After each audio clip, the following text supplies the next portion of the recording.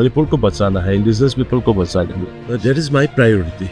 That is my priority, and the Honorable Prime Minister and the Honorable Union Home Ministry also has given the task that point as a priority to me.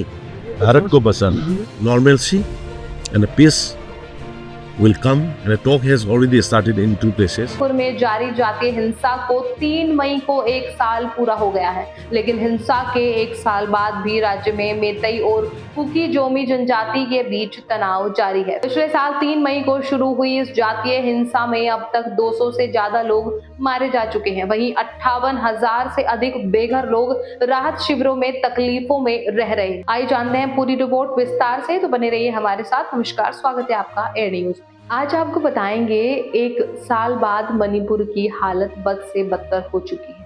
वहां कानून व्यवस्था की स्थिति इतनी खराब है कि जड़ सुरक्षा के साथ भी राज्य के मुख्यमंत्री पिछले 1 साल से कुकी जोमी इलाकों में जानमाल के नुकसान का जायजा लेने नहीं जा पाए। यहां समाज बिखर चुके हैं। दफ्तर हो या अस्पताल, कहीं भी सरकारी सिस्टम नहीं बचा है।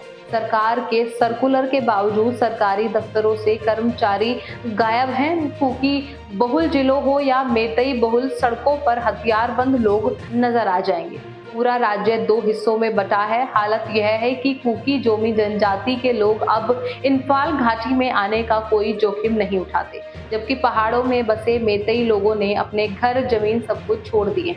मणिपुर के कुल 16 जिलों में कुकी जनजातियां मुख्य रूप से चुराचांदपुर, कांगपोकवी, चंदेल, फेरजाल और टेंगानापोल जिलों की दक्षिणी पहाड़ियों में रहती है। वहीं इंफाल घाटी के बिष्णुपुर, थाम्बोल, इंफाल ईस्ट और इंफाल वेस्ट में मेतई का दबदबा है। मणिपुर में गुरुवार को संदिग्ध उग्रवादी संगठन के सदस्यों ने चुराचांदपुर के सालबुंग गांव में स्थित SBI शाखा को लूट लिया। एक अधिकारी के अनुसार घटना दोपहर 2 बजे की है। अभी इस सुनियोजित डकैती की जांच जारी है। वहीं स्वास्थ्य व्यवस्था का बुरा हाल है। चुराचांदपुर की अगर बात करें तो यहाँ एक सरकारी अस्पताल के भरोसे 3.5 लाख लोग हैं। चुराचांदपुर में रहने वाले एक शख्स बताते हैं कि वो कहते हैं कि करीब 3.5 लाख आबादी वाले चुराचांदपुर में केवल एक सरकारी अस्पताल है। अगर वहां इलाज नहीं होता तो लोगों को आइजोल जाना पड़ता है, जो 350 किलोमीटर दूर है, और प्राइवेट गाड़ियों से वहां पहुंचने में 8 से 10 घंटे लग जाते हैं।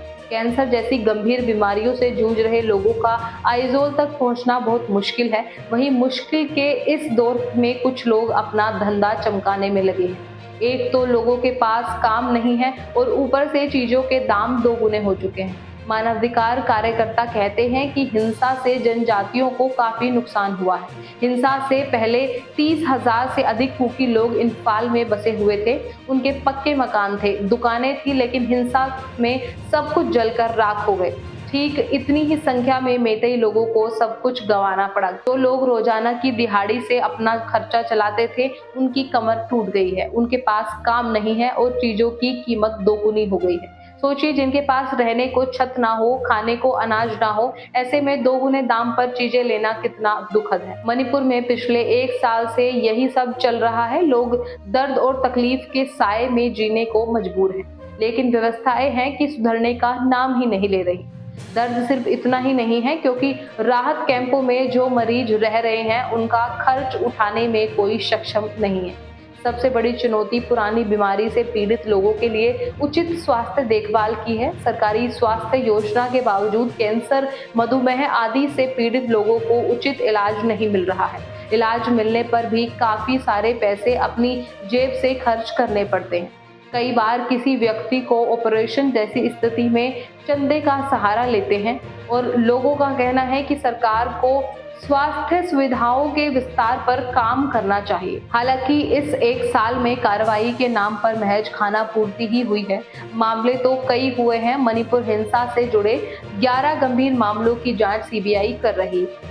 पिछले साल सुप्रीम कोर्ट में मणिपुर सरकार ने कहा था कि इस हिंसा से जुड़े 5995 मामले दर्ज हुए थे। वहीं 6745 लोगों को हिरासत में लिया गया है। इस पूरे 1 साल में मणिपुर के सीने पर कई जख्म हैं, लेकिन व्यवस्थाएं आज तक नहीं सुधर पा रही हैं। काम रुके हुए हैं। 1 लाख से ज्यादा सरकारी कर्मचारी काम पर नहीं लौट रहे हैं। जिससे परिवहन, बिजली, पर्यावरण, वन और जलवायु तथा शिक्षा विभागों के कामकाज भी ठप पड़ा है और लोगों को परेशानी हो रही है। मणिपुर में कुकी और मेतई के बीच लगातार संघर्ष जारी है। इस स्थिति के बीच मेतई समुदाय के प्रतिनिधियों ने केंद्र सरकार, मणिपुर सरकार के साथ साथ कुकी समुदाय से पिछले साल मई से लापता हुए 31 मेतई लोगों की वापसी की सुविधा प्रदान करने की अपील की है। Souls of road unitedly for the lustred society यानी कि सोल्स के अध्यक्ष RK विजयलक्ष्मी ने कहा, उन परिवारों की पीड़ा को कम करने के लिए जो लापता व्यक्तियों के माता पिता, पत्नी या परिजन हैं, लापता व्यक्तियों के ठिकाने का पता लगाना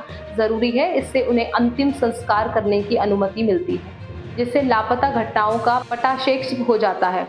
अपराधियों को न्याय के कटघरे में लाया जा सकता है। इसके अलावा यदि शवों का पता नहीं चल पाता है तो संबंधित अधिकारियों के लिए तत्काल आवश्यकता है कि वे लापता व्यक्तियों को अपर्याय घोषित करें और तदनुसार प्रमाण पत्र जारी करें। राज्य में शांति लाने के सरकारी प्रयास कोई उल्लेखनीय उपलब्धि हासिल करने में विफल रहे, जबकि कुकी ने अपना रुख स्पष्ट कर दिया है कि कुकी, जोमी, हमर प्रभुत्व वाले क्षेत्रों को शामिल करते हुए एक अलग प्रशासन का निर्माण शांति स्थापित करने का एकमात्र तरीका है। मेतई का प्रतिनिधित्व करने वाले संगठन मणिपुर को अलग करने का विरोध करते रहे हैं। मणिपुर के लोगों का दर्द वही समझ सकते हैं। इस पर राजनीति भी खूब होती है, लेकिन इन सब के बीच सरकारों को कुछ ऐसे प्रयास करने की जरूरत है ताकि राज्य में शांति बहाल हो सके और लोग पहले जैसा जीवन जी सके। फिलहाल इस रिपोर्ट पर बस इतना ही। इस मुद्दे से जुड़े कोई भी सवाल या अपने विचार आप हमें हमारे कमेंट में लिख सकते हैं और इसी तरह की देश और दुनिया की तमाम खबरों के लिए चैनल को सब्सक्राइब करके बेल आइकन को दबाना ना भूलें, ताकि आने वाले समय में आपको हमारी महत्वपूर्ण वीडियो की नोटिफिकेशन समय से प्राप्त